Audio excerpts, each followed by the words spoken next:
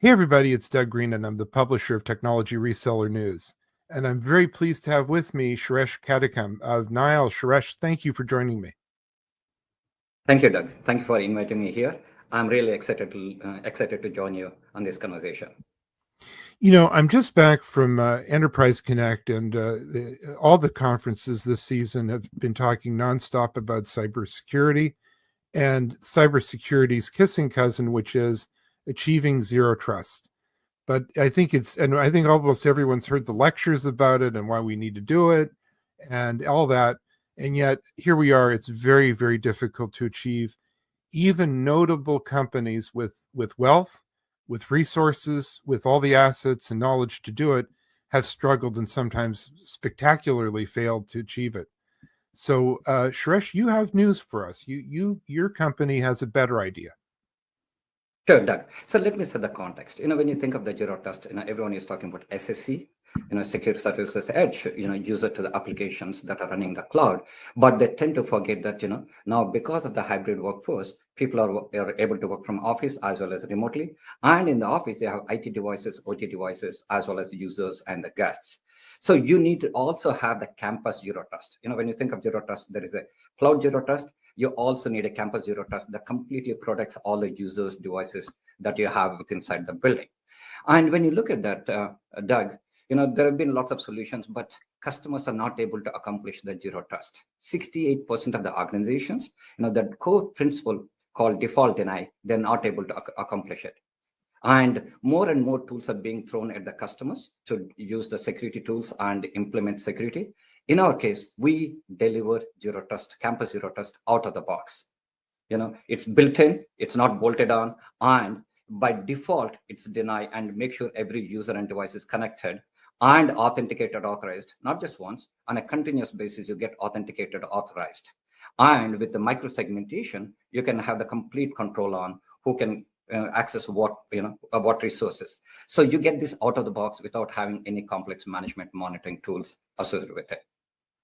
So that's the headline right there. It's an out of the box solution, and it sounds like you offer management a lot of tools to control how that out of the box scenario rolls out. Let's start maybe, Suresh, with the out of the box part. What do we mean? To define the term? What does out of the box actually mean? Sure. So let me give you the problem that we have today. What are the customers doing? Right? When you look at the customers, they're using NAC, network access control solutions. They're using VLANs. They're using ACLs. They're using a bunch of solutions that primarily, they're doing Band-Aid. I talked to several customers, and customers said my remote users are more secure than my campus users. That's interesting. Yeah. And the reason is, Doug, when during the COVID time, when you are working from home, typically people have an SS solution from the leading vendors. Your laptop connects to the, cloud zero trust, then you reach to the applications. But now the same users are coming to the office, and in the office, what happens is, campus networks are built with an implicit trust. If you're on the network, you're trusted, Doug. And that's not the case. And social engineering attacks are not uncommon. All right. So when you connect to an Ethernet port, you're on the network and you're trusted. That's the foundational problem that you have. And then a bunch of tools that you have to put them together to make it work, and it barely works. And a lot of customers that I talk to, they cannot implement the zero trust. They cannot accomplish the zero trust in the campus networks. So I think we've arrived at maybe the core of the problem. It's interesting that the cloud actually has achieved a kind of zero trust, but it's at the prem, it's on the campus, it's on site where the problem resides, where the challenge resides. And so Nile is basically focusing on that issue. Is that correct? That's right, Doug. And when you think of the solutions that you have in the campus, they're all pretty broken. You have tools like NAC, network access control tools from Cisco, ICE, and Aruba ClearPass. And these are, they are capable of doing things, but they're extremely complex, resource intensive, and requires a lot of expertise. So lots of customers who have bought it, they did not really enable these capabilities. The reason is, first of all, these NAC solutions are bolted on. You have the network that's broken and you're fixing that with the NAC solutions. Instead, what the Nile does is then the zero trust principles, like starting with the infrastructure. When you think of an attacker, they first compromise the device through phishing techniques or through stealing the credentials. Once they compromise the device, they try to discover the network and all the critical resources connected to the network. Then they propagate the malware. Now, to avoid this, people are using different types of techniques. Instead, Nile stops this out of the box where the customer doesn't have to do anything in order to get there. And then they can start adding microsegmentation policies to allow the specific resources that user need to access.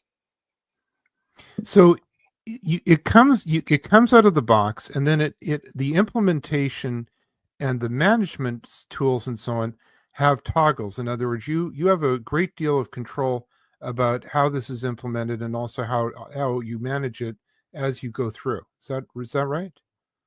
Yes, Doug, that's right. So let me go a little deeper. All right. So when you Sure. think of the network, the underlying network itself can be leveraged for attacks. So the first thing that we have done is make sure that nobody can discover the network topology or network resources or any device that's connected to the network. That's the first thing we have done. And second thing is, Doug, when you come into the office and you connect to an Ethernet port or to the wireless, we make sure every user and device has to be authenticated, authorized. And not just that, like when you think of OT devices, they cannot really do authentication the way you would expect. So built-in techniques to make sure that all the OT devices are also authenticated, authorized. And not just that, Doug, what if someone compromised your credentials and got into the network? So we do continuous authentication to make sure, is it really Doug? So this is where we use behavioral analytics, Doug. We look at, we can predict next 20 steps you're going to do.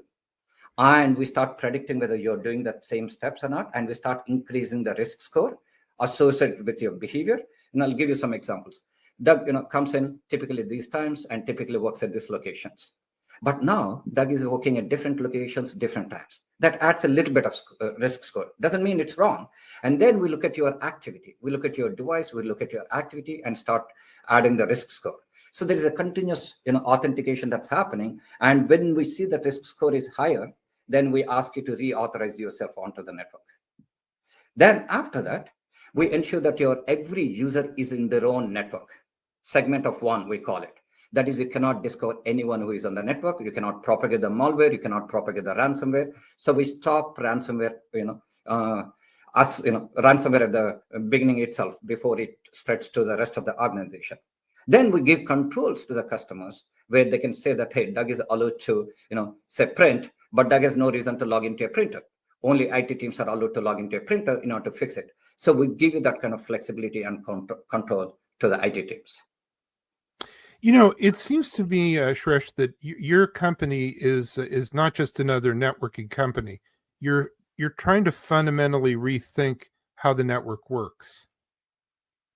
That's right, Doug. Like before this podcast, you mentioned about the Enterprise Connect conference that you went to recently, and you can see that IT talent is shrinking. All right, that people are not really getting to the networking. So networking industry to really, nobody's coming out of college and saying that I want to be a network, consultant. All right, they're going to the cloud, they're going to the security. So we see the shortage of IT talent in the networking. That's the first thing. And second is, we believe every user and device, every organization in the world has to have, a connectivity that is high performance, low latency, secured connectivity, as simple, reliable as electricity.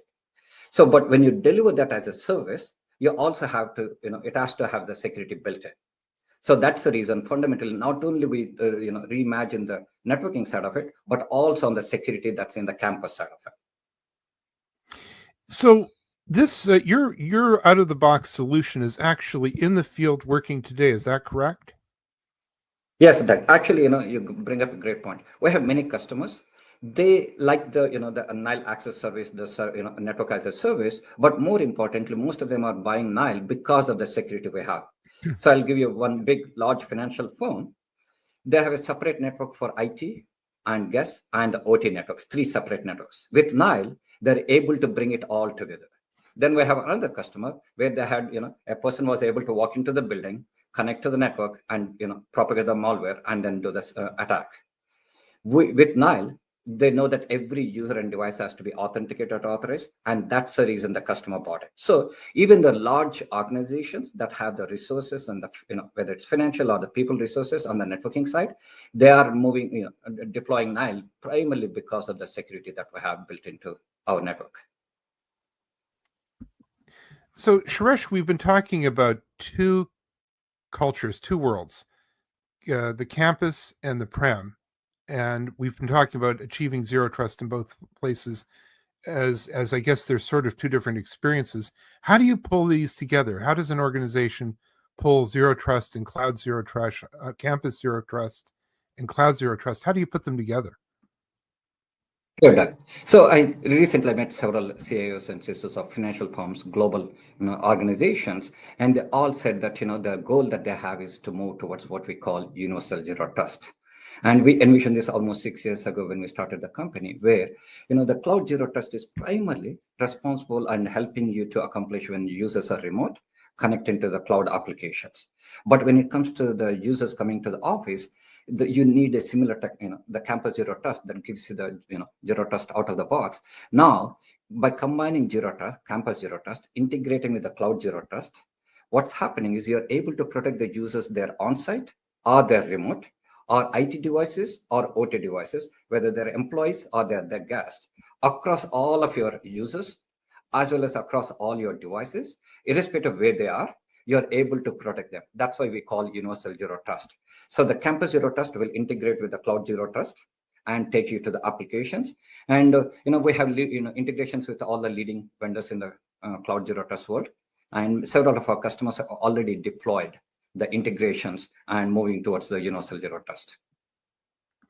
Suresh, this has been a most interesting podcast. I think you're the only person that's used the words out of the box and zero trust all in the same sentence. It's really a big headline. Where can we learn more about Nile? I'll repeat my answer. You can edit it.